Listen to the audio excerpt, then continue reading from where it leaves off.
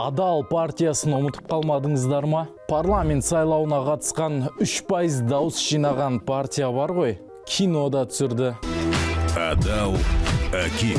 Қысқасы, Адал партиясы Нұр Отан аманатқа қосылды. Онсыз да партияның пікірі билікпен бірдей келетін еді. Балама ұсыныстар айтпайды дейтін еді жұрт. Енді сол биліктің жанына барды. Партияның құрамында Мақсат Толықбай, Дәулеттен, Ардақ Назаров секілді белгілі азаматтар бар. Енді олардың барлығы аманаттың құрамына кірді. Адалдықтар жаңа Қазақстанды бірге құрғымыз келеді дейді. Келесі сайлауда Адал тағыдан жеңе ме жеңбей ме дейміз ғой. Сондықтан күмәнсіз жеңіске жететін партияның қарамағына кіріп кетті. Шибөрілердің арасында соңғы болғанша қасқырлардың арасында бірінші болған дұрыс.